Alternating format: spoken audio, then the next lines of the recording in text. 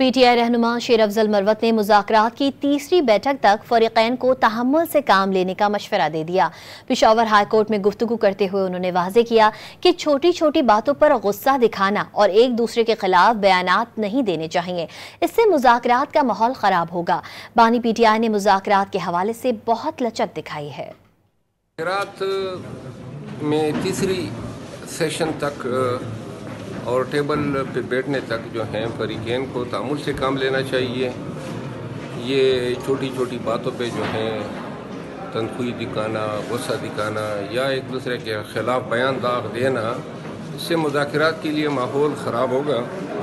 اور میرا خیال ہے کہ خان صاحب نے بڑی لچک دکھائی، باوجود اس کے کہ مذاکراتی ٹیم نے ملنا تھا۔ خان نے کہا کہ اگر ان کو ملنے نہیں بھی دیا جاتا ہے تب بھی تیسرے یا چوتھے سیشن کے لیے بیٹھنا چاہیے، اور ساتھ میں تحریری مطالبات جس کو انا کا مسئلہ بنایا گیا تھا، خان نے کہا دے دینے چاہیے تھے۔